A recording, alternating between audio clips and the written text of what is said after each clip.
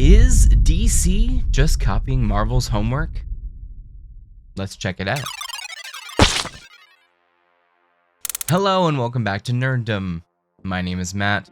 Thank you so much for being with me today. And I really wanted to talk about the new Absolute Universe World series by DC. I just finished reading, I know, I'm late. I just finished reading all three, Batman, Superman, and Wonder Woman.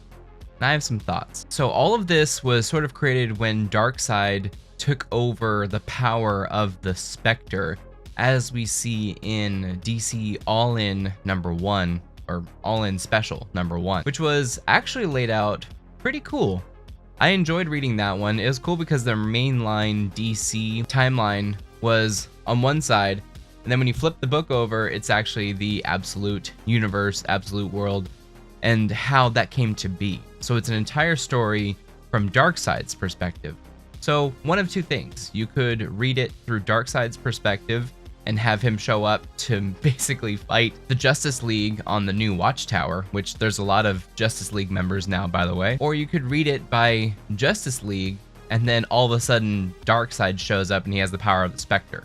So that's pretty shocking as well. I read it that way. Since I just finished reading Absolute Power, issue #4, I read DC All-In issue #1 from the mainline story. And that was a complete shock. Having Darkseid come through a boom tube, and then he has the power of Spectre too, pretty shocking to see. But they're able to sort of defeat him in that quick moment.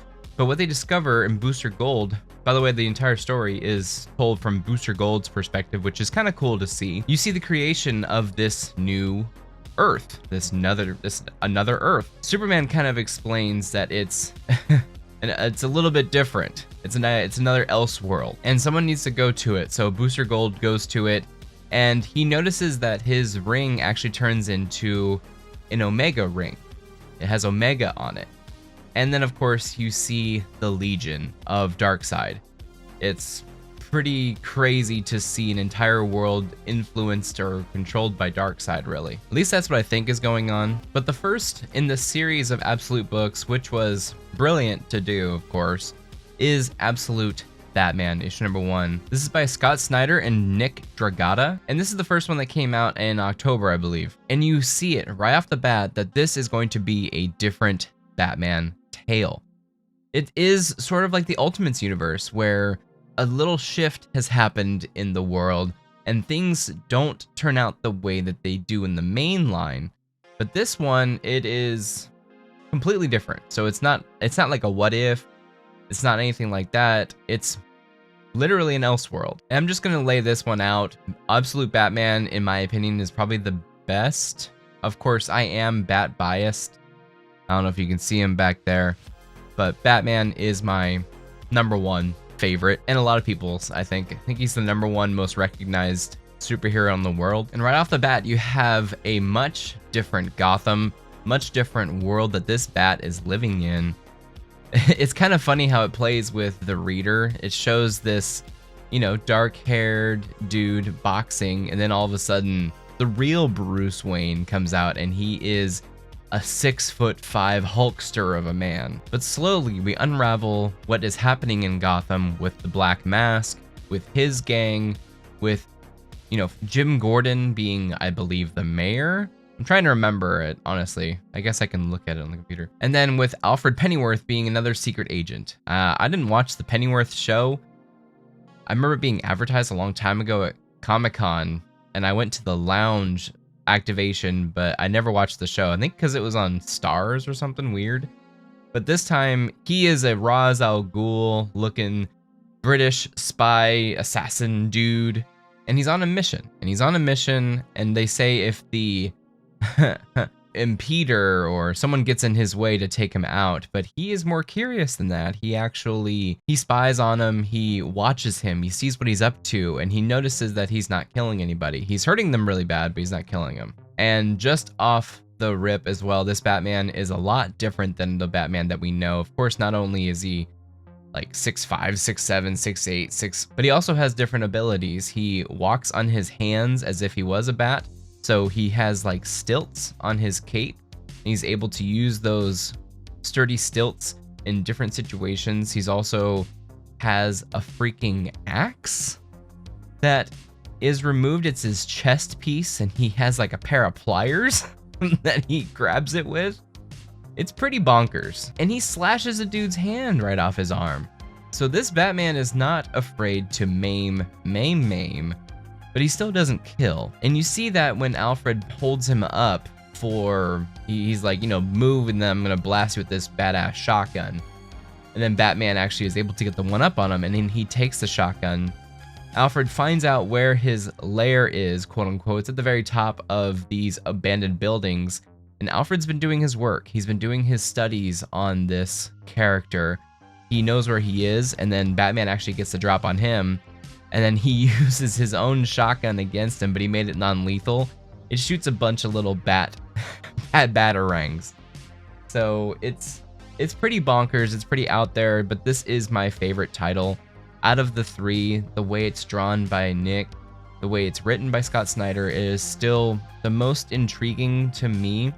And it ends with the reveal that it looks like his father sacrificed himself during a mass casualty event at a zoo. And they were locked in the Bats exhibit. So pretty cool. I mean, it's terrifying. It's, you know, it's terrifying. It's different than Crime Alley. And because this whole story now, he has his mother. Bruce has his mom, but lost his dad. So these are the kind of questions that kind of is a what if. You know, it's supposed to be different, but it is kind of a what if. What if his dad, you know, passed away here versus not his mom, that kind of thing. But it's still completely different. I don't know if it's a what if per se. It's more so this is just another universe. But it looks like the main bad dude of this storyline is going to be the Black Mask and his gang of mask wearers that are animal masks. And they're going to be, I guess, pestering Gotham. We'll have to see. I've only read issue number 1. Issue number 2 is out right now. I just haven't read it yet. But again, this one, probably the most interesting to me. We then got Absolute Wonder Woman, which is, I know they kind of not retconned, but they changed Wonder Woman to being a goddess. She is the daughter of Zeus, and I forgot who else. But this time, the Amazons, I guess it would be her mother of Themyscira in the main line. But at this time, the Amazons messed up. They lost the favor of the gods, and they basically had their kid, their one and only child, removed from them. Diana is removed. She's then brought to hell. And I believe her name is Cerise. Cerise is in hell, and she basically just waits for the baby to die in hell. But Diana's a little bit more powerful than that. And it's actually kind of funny. There's a serpent who tries to get Diana, and Diana throws it away. So it kind of reminded me of the Hercules cartoon. I'm pretty sure it's a Hercules tale as well. But it does seem like they're taking a little bit of everything here. Greek mythology of Hercules. I guess Hercules is a demigod, so I guess maybe she's a demigod as well, and not just a straight up goddess. Really cool setup in a couple of splash sequences. The way that it's laid out in fourths, you see Diana and Cerise grow, and the way that her place changes, and the trials and tribulations and the teachings that she goes through as well, including one point Diana's reading the Giving Tree, which is kind of cute. I don't know how they got the Giving Tree in hell, but you never know. You never know. I guess it's a book that everyone's read. Apparently it was my favorite book growing up too. So, and this part is in the middle of the book. We actually see the introduction of Wonder Woman saving a California town from creatures and an anomaly that seems to be from hell. So it's quite possible that the forces of hell have escaped. They're now attacking the upper world per se. And we are explained that the Amazons were actually there to defend the normal Earth from events such as this, and they're not there anymore. So Diana is actually the last of the Amazons, and Cerise is banned from Apollo of saying the word Amazon. And it's a very emotional moment when she learns who she is and what happened to her people, basically. And so she then finds that pride of being an Amazon, of, you know, being proud of that history, and she stands in front of the forces of hell and fights them off, basically. So we finish the book with her standing loud and proud, being who she is, seeing that she's a daughter of Cerise, and she is the last Amazonian. So she is now put on the map. She is fighting the powers of hell. And it's pretty crazy. I don't know if that's the lasso of truth or if it's gonna be a lasso of torture. We'll see. I think this is my second favorite. I think this Absolute Wonder Woman is my second favorite. Absolute Superman, I don't know if it's not hitting for me, but let's get into that too. This one, you're introduced to a much different Krypton. It has, I mean, I guess it still has like this class system. It's based off of different, however your class is. Like if you're a scientist, you're first in line and you have to wear your crest everywhere. It's kind of on the nose. It's kind of on the nose. And there's at least one point where Kal-El's dad, Jor-El, he's a miner and he is just a laborer. So everyone who is a laborer has the S. And one of the guys, his manager, comes over and he's like, I'm a middle manager, all right? I have the crest of the middle manager. I'm like, geez, dude, come on. There's no subtlety with this. There's no nuance with this. It is just clanging you over the head. It seems kind of meh. I don't know. It's just really funny, the demonization of middle management. It's funny. But yeah, so you have this entire class system and it's all on Front Street. You wear it on your chest so that way people treat you differently based off of it. But the L's are laborers, but they didn't start that way. So Kal-El's mother and father were both kind of banned from the scientific order, basically for having a curious mind and for asking questions, but they're both brilliant scientists. So Jor-El is working in the mines and he actually detects that something is off. The sensors are detecting something, and what he discovers is actually the planet is coming apart. Yes, the planet's coming apart, and he basically has a limited amount of time before the planet just destroys itself. And we see Kal-El is about maybe 10 years old, so he is very much, he remembers his mother, he remembers his father. It's not like he was a baby and then sent off to Earth. This one, he is a lot older and has these memories and has the experiences of his other planet and the teachings of his parents, versus being, I don't know, a video or something. So that's basically Absolute Superman. As soon as he makes it over to Earth, there is the Lazarus group. We get a little bit of a hint of who's running it. It's like a freaky looking Lex Luthor, in my opinion. It looks like Lex. It has the color scheme of him in his armor, but his brain's exposed.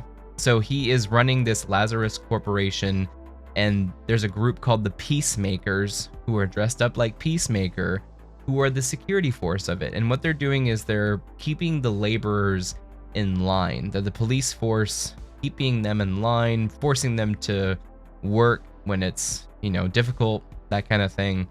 And it's a diamond mine, or it's a crystal mine. It's a diamond mine, I believe. And so Superman, Kal-El, he does all the work for them, so that way they can just hang out. And then you see him supercharging his suit. So it looks like the suit was created by Jor-El and most likely his mother, since his mother was like a mechanic. And the suit has a type of artificial intelligence. So it's kind of like Iron Man with Jarvis. Imagine that with Superman talking to his suit. I'm not sure if this suit's intelligence is his father, is his mother as of yet. It's more so, it's ready to keep him safe. That is its number one goal, is to keep him safe. And you see that from him fighting the Peacemakers and them actually getting the upper hand on him. The Lazarus group gets the upper hand with the power of Lois Lane. It's Agent Lane.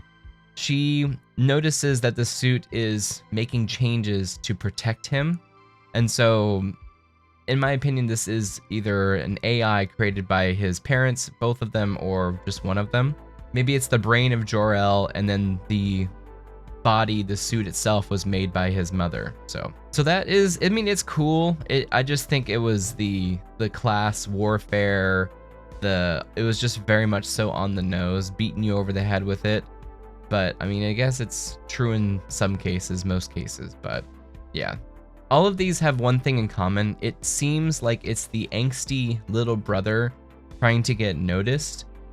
But I think the one that's most genuine and the one that makes most sense is Batman, for him to be this, you know, angsty dark figure. For Superman and for Wonder Woman, it's turning it up on its head a little bit, you know, which I guess is the whole point of the absolute universe, is that Wonder Woman is usually meaning this to one universe, but then now she is this to this universe. Same thing with Superman, you know, that used to mean hope or something, the crest on his chest, but now it means something else. So to me, it seems a little bit, well, I want to see how it goes, of course. I'm going to be riding along with it. I'm very happy to be picking up more DC comics. I feel like I do pick up a lot of Marvel comics, and I may drop a couple, but I'm so happy to be picking up different DC comics and having a good point to start. I like that a lot. So if you're interested at all, the quality I do wish was better. Like Image, to me, that hard cover for $2.99, while short, the quality on the cover on the inside is phenomenal. I do wish that DC would up their quality a little bit, but it's like flimsy, but the length of book is good. You're getting a long book for $4.99, but $4.99, oof, come on guys. It's gonna be $5.99 soon for every single book. Is inflation gonna hit us that bad? Oh man, I'm crying. I'm laughing, but I'm crying. We'll see where it goes, but I do believe still, like, Absolute Batman is worth a pickup right now, especially if you're a Bat fan, seeing him in this alternate universe. And all of this is ongoing. It's going to be continuous. It's not just a mini series or limited series. This is going to be the new line of DC versus the normal line of DC. So we got two different lines going right now. So that's basically my thoughts on it. It's pieced out a little bit differently, but what are your thoughts? Are you enjoying the book so far? Are you wishing that it was something else? Are you thinking that it's just copying Marvel and what they did and they saw success there? It seems like it's been a long time coming from what Scott Snyder has said in the past, but you never know with these business types. I'm gonna stick with them, and we'll definitely do a follow-up video talking about maybe Absolute in 6 months or something. I'd love to see how my thoughts have changed since then, but as of right now, that's basically it. Let me know your thoughts down below, and if you liked the video, feel free to subscribe. Also, feel free to smash the like button. Really does help out the channel get pushed out to new people. Thank you so much, and have an absolutely great day. Does that make sense? Have a good one.